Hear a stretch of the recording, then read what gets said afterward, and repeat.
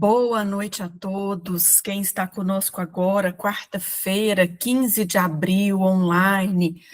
Todas as quartas, 19 horas e 30 minutos, estamos aqui pelo YouTube, na gravação, mas também estamos presencial no Centro Espírita Augusto Silva, em Lavras. Então, nós podemos acompanhar a vibração que é criada no momento, tanto presencial, com a palestra, com os participantes no centro, como também em casa, ou no trabalho, ou nesse momento, agora de 15 de abril de 2026. Mas essas palestras ficam gravadas, então, bom dia, boa tarde, para quem for ver em outro momento. E até porque nós estamos estudando as cartas de Paulo, estamos numa sequência de estudos, né? Estamos aqui na carta de Paulo a Timóteo, na segunda carta, ele escreveu 2 cartas a Timóteo, e estamos aqui no capítulo 4, no versículo 21. Podem acompanhar as palestras que foram gravadas anteriormente, podem aproveitar para ver no YouTube do Centro Espírita Augusto Silva, o Palavras de Vida Eterna, outras palestras também especiais que acontecem. Então, fiquem aí à vontade para assistir, compartilhar, curtir, comentar. Sejam todos bem-vindos, todos que estão vindo por esse canal abençoado do YouTube. Então, nós vamos começar os nossos trabalhos de hoje falando de um tema que é trabalhado numa fábula que todos conhecem, a fábula da cigarra e da formiga. Ela é atribuída originalmente a Êxopo, que foi um fabulista da Grécia Antiga, que viveu por volta do século 6 antes de Cristo, segundo, né, o nosso amigo Google, as nossas orientações que a gente tem hoje pela internet. Então, é uma fonte de Google, dessas inteligências artificiais, tudo que a gente pesquisa, mas tem uma fonte muito segura que é a nossa memória, né? Quem aqui, né, que é mais velho, né, não lembra da fábula que Monteiro Lobato contou, né? Então, essa fábula, Cigarra e da Formiga, Monteiro Lobato, no Brasil, ele recontou essa fábula no seu livro Fábulas, né, trazendo uma versão própria para o público infantil. E também temos La Fontaine, o La Fontaine, né, que é um poeta francês do século XVII. Ele reescreveu essa fábula, tornando-a um clássico da literatura europeia, e La Fontaine também tem outros, né, outras fábulas. Então, a cigarra e a formiga é uma dicotomia, né, uma separação entre a cigarra, que está ali cantando durante o verão, sem se preocupar que vem um inverno rigoroso, onde não vai ter comida, onde vai ter que ficar mais ali resguardado, no caso das formigas, no formigueiro, né? Então, as formigas estão no trabalho árduo e a cigarra segue ali no seu violão, descontraída, e não se preocupa com o depois, com o porvir, não é prudente, não é precavida, até que vem o inverno frio, rigoroso, e ela não tem onde dormir, onde comer, né? Então, segue aí a historinha da cigarra e da formiga. Por que que a gente está contando dela no começo? É para lembrar de que esse tema é trabalhado, né, no imaginário, né, da poesia, da arte no Brasil, você vê na Grécia Antiga, na França, mas nós vamos aqui de Paulo de Tarso, né, como nós falamos no começo, estamos estudando as cartas de Paulo, mas Paulo também vai advertir o seu filho na fé, Timóteo, de que é preciso estar precavido, prevenido, quanto ao inverno rigoroso e não navegar nesse período, porque Timóteo ia encontrar com Paulo, que estava preso em Roma. Paulo de Tarso, o grande apóstolo da gentialidade, o apóstolo convertido em Damasco, né? A história de Paulo é muito bonita, muito conhecida. Para quem não conhece, a gente está sempre estudando as cartas de Paulo, e um livro maravilhoso é o livro de Chico Xavier, Paulo Estevão, para conhecer a história de Paulo, nessa visão maravilhosa que o Espiritismo nos traz. Paulo de Tarso teve várias pregações e são denominadas 4 grandes viagens apostólicas, onde ele navegou, onde ele naufragou. Então, pela sua experiência, quando ele está assim, já preso em Roma, mais ou menos no ano 62 a 67 depois de Cristo, ele tinha esse filho na fé. Paulo não casou, não teve filhos, mas tinha grandes amigos, grandes companheiros de apostolado e um filho na fé, que é Timóteo.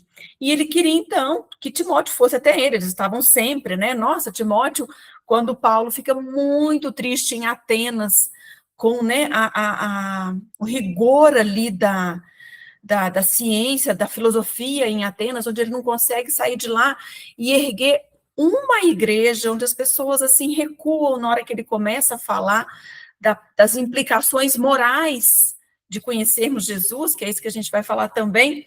As pessoas não querem ir ao encontro de Jesus, recuam.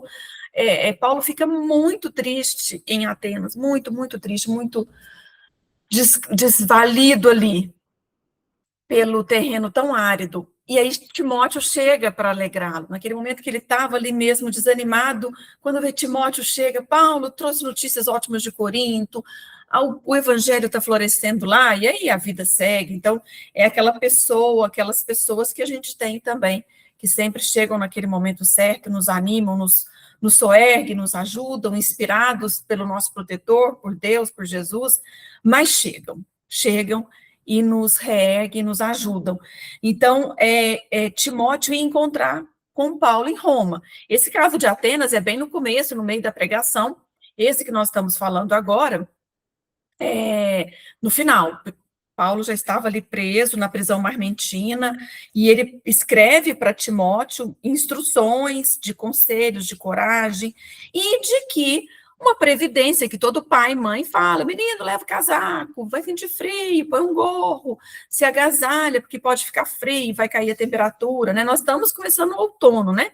Uma estação que eu gosto muito, e que a gente sabe que de manhã é mais friozinho, de noite é mais friozinho, mas ali implicava em navegações perigosas, em naufrágios, né? Em catástrofes, e aí o Paulo diz para ele, procura vir antes do inverno, se você está vindo a Roma, venha antes, né? Por quê? Porque as navegações eram muito complicadas, muito difíceis nessa época. Então, o Emmanuel, no livro Vinha de Luz, o capítulo 66, o título é Inverno, ele vai dizer assim, claro que a análise comum desse versículo, Timóteo, procura vir antes do inverno, revela uma prudente recomendação de Paulo de Tarso para que Timóteo não se arriscasse a viajar numa estação do frio forte. Então, é a previdência, é a pessoa que é precavida, igual a formiguinha estava lá trabalhando para guardar sua comida, seu agasalho no período do inverno rigoroso. Então, nessa época recuada que nós estamos, no ano 62, hoje estamos em 2026, o inverno não oferecia facilidades à navegação, então Paulo está ali muito amoroso, é uma epístola de profundos ensinamentos, e aí tem muito ensinamento para trás, aí no YouTube, acompanhe as palestras, né? Tem muita ensinamento, instrução de Paulo a Timóteo, mas esse inverno, procura vir antes do inverno, o que Emmanuel vai trabalhar nesse capítulo 66 do Vinha de Luz? Aí ele faz uma separação entre uma análise comum do evangelho, dos versículos, das advertências, e uma interpretação espiritual. Então, são duas formas da gente enxergar a vida. A gente passa ali correndo, analisa de forma comum, vulgar, como os outros estão falando, no efeito manada, a gente vai, mas tem aquele que pondera, que reflete, que para, que analisa e que vai além, vai para uma interpretação espiritual. Então, ele diz aqui, é possível, porém, avançar mais longe, além da letra, e acima de um problema circunstancial, de lugar e tempo. Está indo de Jerusalém para Roma, é inverno, vai antes do inverno, circunstância e tempo. Não, é preciso ir além. É preciso mobilizar a nossa interpretação espiritual. E aí, esse inverno, que é o título Inverno, ele está no YouTube como Ao Encontro de Jesus. Por quê? Porque o Emmanuel vai pegar esse esse versículo, procura vir antes do inverno, e vai fazer um texto belíssimo, de previdência, de precaução, de busca do Cristo antes do inverno rigoroso do sofrimento. Aí ele vai pegar o inverno das estações em nossas vidas, os ciclos que nós temos. A vida feita de percalços, de sucessos, insucessos, de quedas, de levantar, de reflexão, de momentos aturdidos, de momentos de clareza, de momentos de obstáculos, de momentos de conquistas, de momentos de luta, de passar pela luta. É a vida. Então, quantas almas apenas se recordam da necessidade do encontro com os emissários do Divino Mestre? Ele está falando de emissários, né? Não está falando de Jesus, é de todos aqueles que estão a nos proteger, a nos envolver, e que nos chamam, que nos empurram, que nos clamam para que a gente esteja buscando Jesus. Mas, na maioria das vezes, se a gente fosse, né, fazer uma pesquisa, fosse fazer um levantamento, quantos buscam somente no momento da dor? No Espiritismo mesmo, né? Quantos de nós chegamos pelo amor ou pela dor? Então, quantas almas apenas se recordam da necessidade do encontro com os emissários do Divino Mestre por ocasião do inverno rigoroso do sofrimento? Quantos se lembram do Salvador somente numa hora em que a neblina está espessa, tempestade ameaçadora, gelo pesado e compacto sobre o coração? E aí ele continua. Em momentos assim, o barco da esperança costuma navegar sem rumo, ao sabor de ondas revoltas. Os nevoeiros ocultam a meta, e tudo em torno do viajante da vida tende à desordem ou à desorientação. Somos viajantes da vida, podemos nunca ter entrado num barquinho nem passeado de navio, mas todos somos viajantes da vida. E precisamos ter no leme de nossas vidas o Cristo Jesus. Procurarmos a companhia dele quando está linda a viagem, porque quando vem o momento de neblina espessa, tempestades ameaçadoras, gelo pesado, não temos rumo ali, os nevoeiros, nós temos Jesus. Vede Jesus. O que Jesus faria em meu lugar? O que eu já tenho de provisão, de recursos aqui, de armazenamento em minha alma, quando estava o verão de céu claro, a primavera florida, o outono aconchegante, e eu estava com Jesus. É indispensável, então, procurar esse amigo celeste. A gente fala na evangelização de bebês, o amigo do coração. Então, é indispensável procurar o amigo celeste ou aqueles que já se ligaram definitivamente ao seu amor antes desses períodos angustiosos, para que a gente tenha paz e segurança. Porque senão o viajante da vida vai estar com tudo desordenado e tudo desorientado. Então, nós, como aprendiz leal do Cristo, não devemos marchar no mundo ao sabor de caprichos satisfeitos, e sim numa pauta de temperança e compreensão. A estação do inverno é necessária? É. Ela é imprescindível e útil como um período de prova benéfica e renovação necessária. Mas procura o encontro de tua experiência com Jesus antes dele. Procura o encontro de tua experiência com Jesus antes dele. E a gente vê tua experiência, quer dizer, é o encontro de cada um. Ah, aquela pessoa, ela busca Jesus daquela forma, aquele outro busca daquela forma, entende Jesus daquele jeito. Qual é a nossa forma de entender Jesus? Como é esse encontro pessoal, essa experiência com Jesus?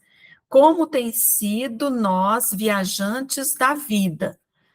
Desordem, desorientação, nuvens, aí quando tudo acalma, aí eu não preocupo mais, esqueço da caridade, da fé, da leitura, do amor de Jesus, da prática do bem, Ou eu tenho sido o marinheiro da minha vida, em que busco, né, no meu diário de bordo, ter ali o recurso do trabalho, da oração, do voluntariado, do Cristo, de buscar os reajustes, de buscar o alinhamento, esse encontro com Jesus. Procura o encontro de tua experiência com Jesus antes do inverno ríspido do sofrimento. Então, eu acho assim, esse texto ele é muito claro, ele não tem muito como a gente, né? É como também a parábola, né? Da cigarra e da formiga. Mas ali a cigarra ainda é boazinha, a formiga é boazinha, deixa a cigarra entrar, ela pode comer, ela pode se agasalhar, mas a nossa fortaleza moral, ela é aquisição nossa. Não tem como eu transferir uma força moral, uma fé, uma coragem para o meu filho, para o meu esposo, para o meu pai, para minha amiga. Não tem, porque é algo que a gente constrói em nós, é a nossa envergadura moral. Tanto é que Jesus conta a parábola das virgens, nécias e prudentes. O noivo ia chegar, era preciso ter um óleo para acender a lamparina e ficar iluminado, porque não tinha a hora que ele chegava. Ele podia chegar à noite, de manhã, de tarde, e o noivo chega de noite, e as 5 virgens pegam a lamparina com azeite, com óleo, conseguindo enxergar, e as outras não. E elas pedem, me empresta um pouco aí do seu óleo para passar para mim, mas não tinha jeito. Não tem como transferir.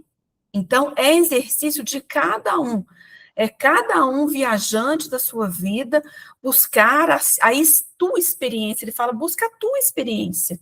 Qual é a tua? O que você tem que buscar em Jesus?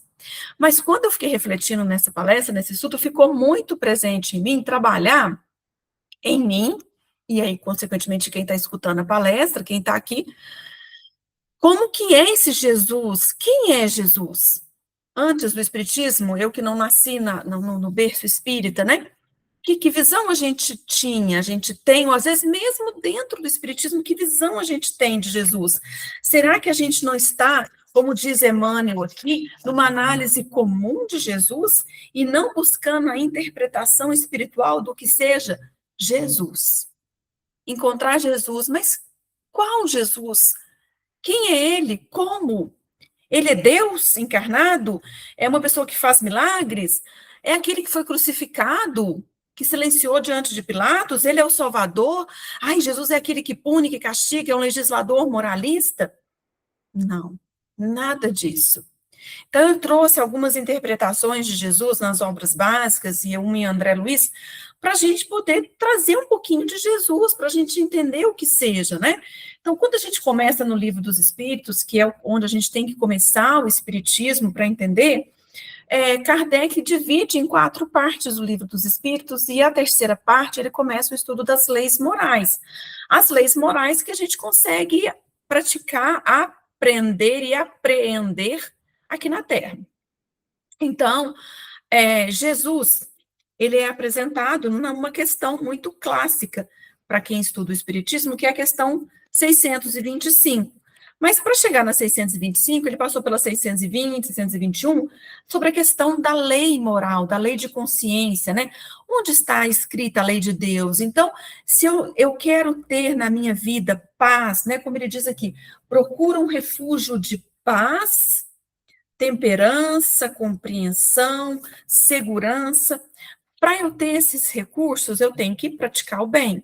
Mas onde está a lei de Deus? Como saber? O que eu vou seguir? Ela está gravada na nossa consciência, a lei de Deus. A gente traz em nossa consciência como espíritos imortais criados por Deus, mas a gente esquece essa lei e a gente despreza. O que Deus faz? Deus único, poderoso, soberanamente justo e bondoso, ele envia missionários, homens superiores à humanidade, que eles estão indo ali instruir, que vêm fazer a gente relembrar a lei da consciência gravada em nossa consciência. Então, Deus quis que ela fosse lembrada.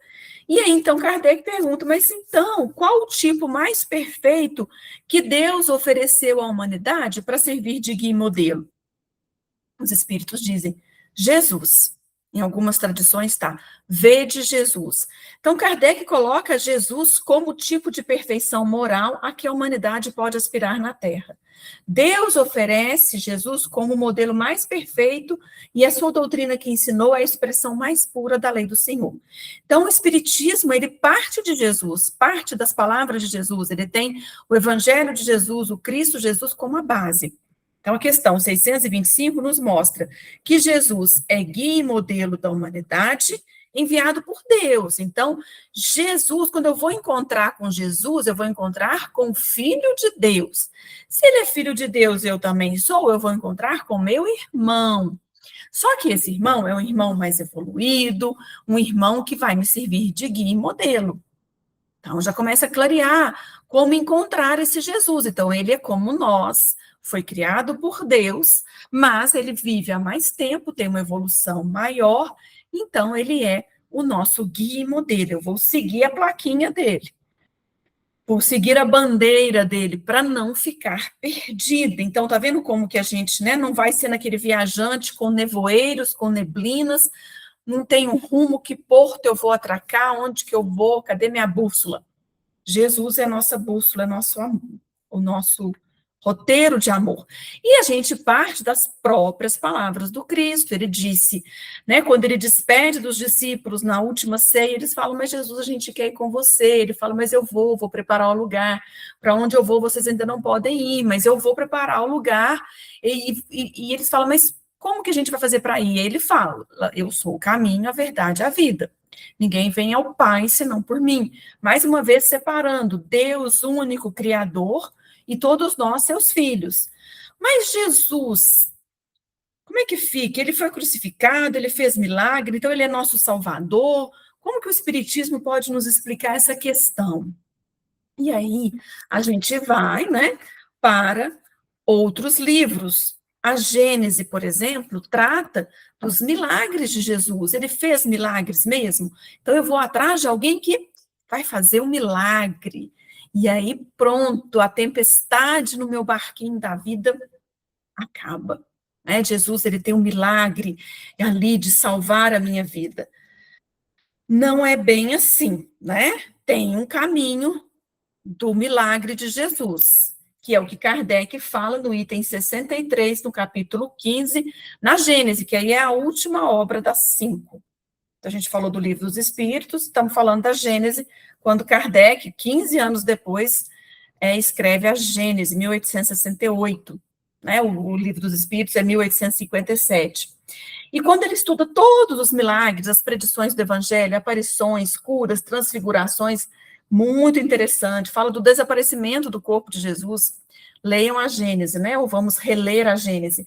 Mas no item 63, ele diz que o maior milagre que Jesus operou, o que verdadeiramente atesta a sua superioridade, foi a revelação que os seus ensinos produziram no mundo, malgrado a exiguidade dos seus meios de ação, sem nenhum recurso de escrita, de apoio, de nada.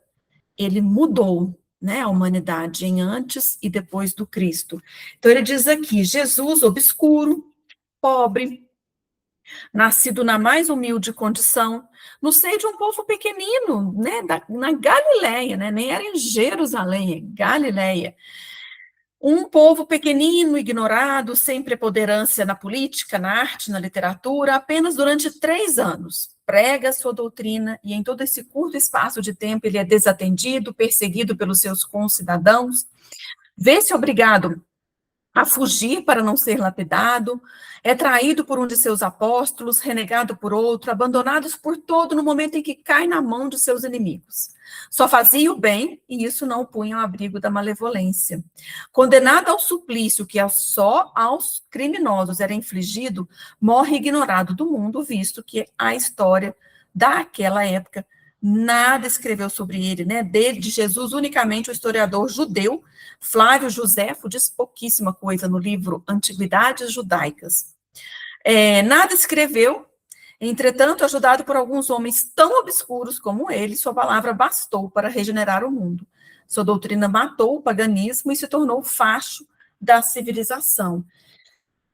Por que que ele consegue isso?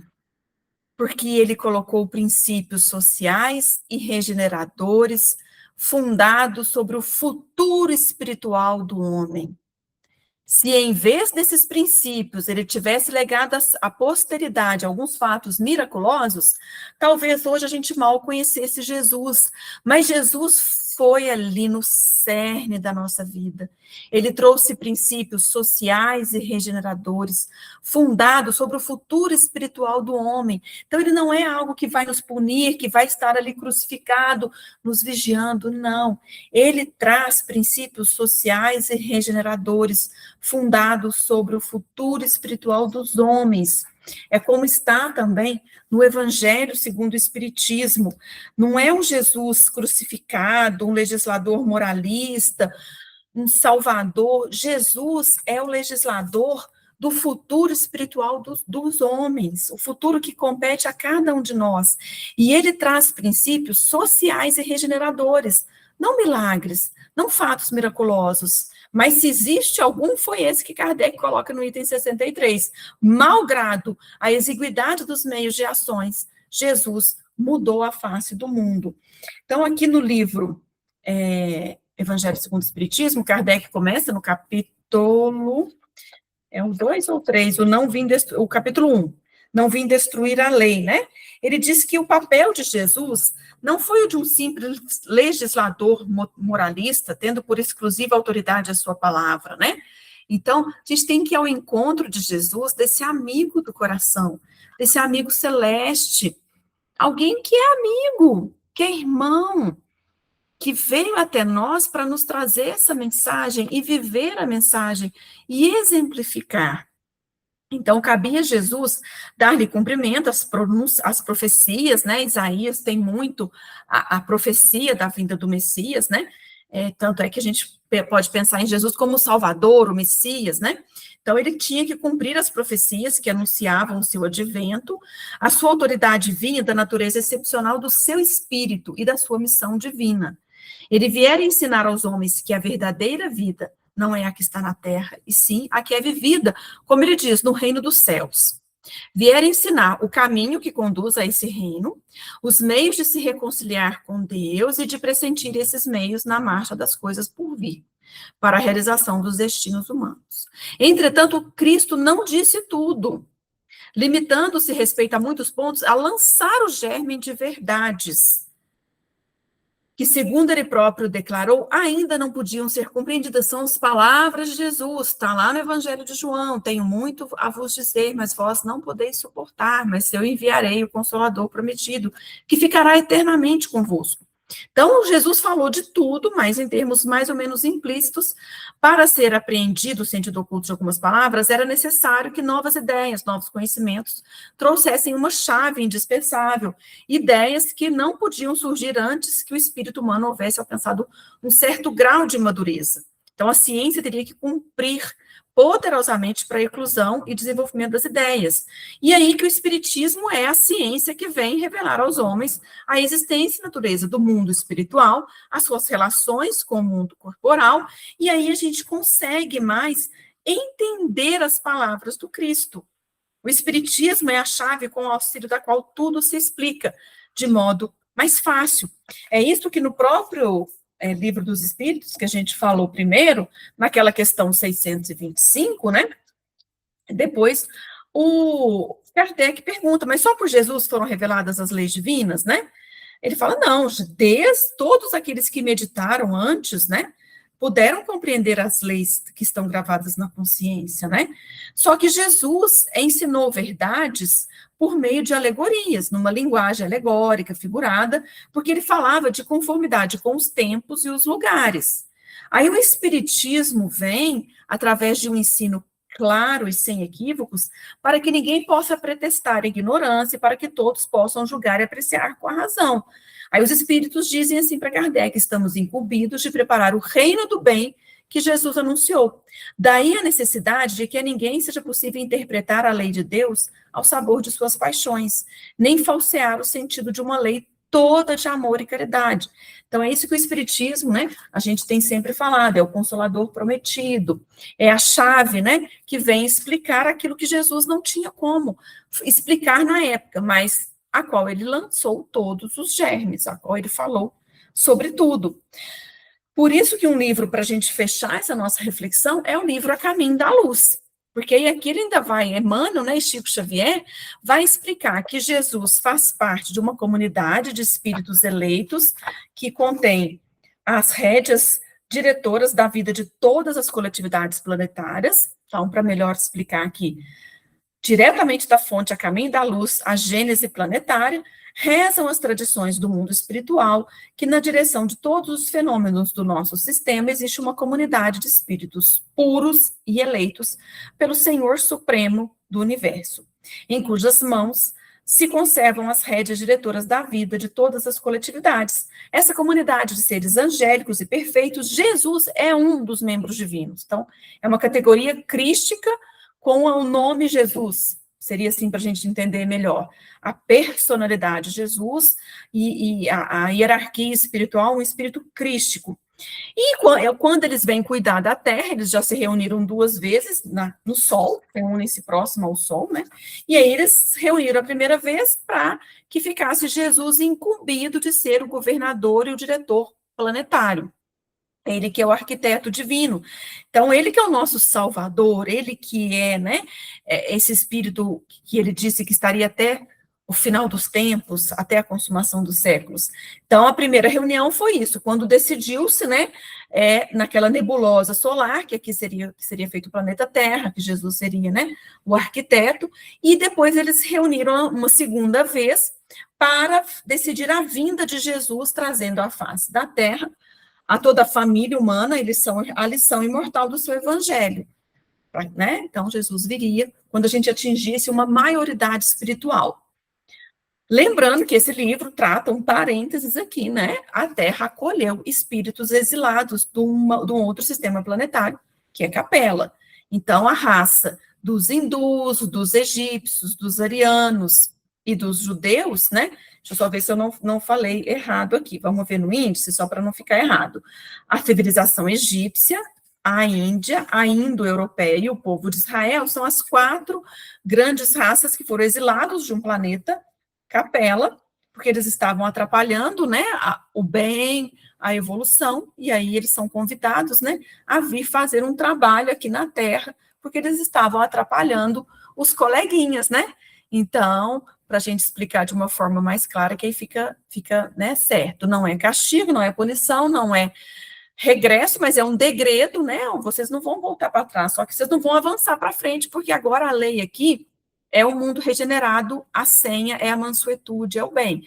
Como vocês ainda não estão dando conta, vocês vão lá para a Terra, onde tem um povo que era a China milenária, né? Que era também a África, né?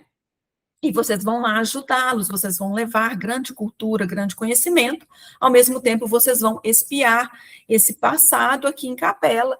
Então, é assim que, resumidamente, mas por favor, leiam A Caminho da Luz, porque vai estar muito mais bem explicado, porque é um livro clássico, é algo assim, uma base, um livro básico para entender a história da humanidade à luz do Espiritismo. E aqui, então, na página 87, Emmanuel fala da vinda de Jesus, né? Jesus assinala aí, quando teve essa reunião, a segunda reunião no Sistema Solar, eles falaram, Jesus, aí você vai, porque você vai acolher essas almas degredadas, por isso que eles sempre aguardavam o Salvador. Jesus foi mandando em todas as civilizações vários espíritos para trazer a lei do amor, mas chegou uma hora que ele falou, não, eu mesmo vou lá exemplificar, é como se fosse, né, o CEO, o chefe lá, colocar a mão na massa. Então, Jesus assinala a sua passagem pela terra com um selo constante da mais augusta caridade, do mais abnegado amor. Suas parábolas e advertências estão impregnadas do perfume das verdades eternas e gloriosas. A manjedoura e o calvário são lições maravilhosas, cujas claridades iluminam os caminhos milenários da humanidade inteira. Seus exemplos e atos constituem um roteiro de todas as grandes finalidades no aperfeiçoamento da vida terrestre. Então, estamos no barquinho da vida, na vida terrestre. Qual é o roteiro? É Jesus. Com esses elementos, Jesus fez uma revolução espiritual que permanece no globo há 2 milênios, respeitando as leis do mundo, quando ele alude, dai a César o que é de César, né? Quando ele alude a efígie de César, ensinou as criaturas humanas a elevarem para Deus na dilatada compreensão das mais santas verdades. Remodelou os conceitos da vida social. Lembra daqueles princípios regeneradores da Gênese. Jesus assentou o seu evangelho, suas lições em princípios regeneradores e sociais, com a finalidade espiritual futura do homem. Por isso é que marcou a nossa vida e vai continuar marcando sempre. Ele cumpriu a lei antiga, mosaica, mas encheu o organismo social de tolerância, de piedade, de amor, com suas lições na praça pública, em frente das criaturas desregradas, infelizes, e ensinou a amai-vos uns aos outros, né? E aí, porque aí, aqui eu estou falando, para quem tem o livro e gosta de ler ele, é o Cristo Inconfundível. E aí, na página 108, fala da vinda de Jesus, né? São vários capítulos, ele é escrito em 1930 e poucos, o prefácio é 1938, antes da Segunda Guerra Mundial. E na página 108 é a grande lição, né? O mundo era um imenso rebanho desgarrado, cada povo fazia da religião uma nova fonte de vaidades. Então, Jesus vem, né? Escolheu os ambientes mais pobres e mais desataviados para viver a intensidade de suas lições, sublimes, mostrando aos homens que a verdade dispensava os cenários suntuosos dos areópagos, dos fóruns, dos templos, para fazer-se ouvir na natureza. Suas pregações na praça pública verificam-se a propósito dos seres mais desprotegidos e desclassificados, como a demonstrar que a palavra de Jesus vinha reunir todas as criaturas na mesma vibração de fraternidade, na mesma estrada luminosa do amor. Jesus combateu pacificamente todas as violências do judaísmo, renovou a lei antiga com esclarecimento, tolerância, perdão, espalhou as mais claras visões da vida imortal, né, o Cristo ressuscitado, a imortalidade, e ensinou às criaturas que existe algo superior às pátrias, às bandeiras, ao sangue e às leis humanas. Sua palavra profunda, enérgica e misericordiosa refundiu todas as filosofias, aclarou o caminho da ciência e já teria irmanado todas as religiões da terra, se a impiedade dos homens não fizesse valer o peso da iniquidade na balança da redenção. O Emmanuel coloca aqui no começo, né, no prefácio, escrevendo, né, em Pedro Leopoldo, 1938. Ele diz aqui que Jesus, quando então a gente quer encerrar esse estudo, né, e buscar esse Jesus, ir ao encontro dele, ele é a luz do princípio, e nas suas mãos misericordiosas repousam os destinos do mundo. Seu coração magnânimo é a fonte da vida para toda a humanidade terrestre. Sua mensagem de amor no Evangelho é a eterna palavra da ressurreição, da justiça, da fraternidade, da misericórdia. Todas as coisas humanas passaram, todas as coisas humanas se modificarão, mas Jesus é a luz de todas as vidas terrestres. Jesus é a luz da sua vida, da minha vida, de todas as vidas terrestres, inacessível ao tempo e à destruição. Enquanto falamos da missão do século XX, gente, já estamos no século XXI. E olha como Emmanuel encerra, como Emmanuel começa esse livro, né? Antes da Segunda Guerra, ele diz, contemplando os ditadores da atualidade, que se arvoram em verdugos das multidões. Cumpre-nos voltar os olhos súplices para a infinita misericórdia do Senhor, implorando paz e amor para todos os corações. Então, que a gente implore paz e misericórdia para todos os corações. Busquemos esse encontro com Jesus, com esse amigo do coração, com esse amigo celestial, com esse guia e modelo, com esse fundador de princípios regeneradores e sociais que implicam o futuro espiritual de cada um de nós. Lembremos que ele é amor, misericórdia, e que ele veio até nós para viver e mostrar o caminho, a verdade e a vida. E ele nos convidou, vinde a mim, todos vós que estáis sobrecarregados e aflitos, que encontraremos repouso para as nossas almas. Então é Jesus, o leme no barco de nossas vidas. Com Jesus no leme, meu barquinho a navegar. Não há tempestade, não há vendaval que me impeça de chegar ao porto amor, se eu tenho Jesus em meu coração, nas minhas atitudes, nos meus pensamentos, e eu estou buscando o seu evangelho. Que ele nos abençoe, nos proteja e que possamos nos encontrar novamente aqui, quarta que vem e em outras oportunidades. Domingo tem Palavras de Vida Eterna. Um grande abraço, uma boa noite e até o nosso próximo encontro.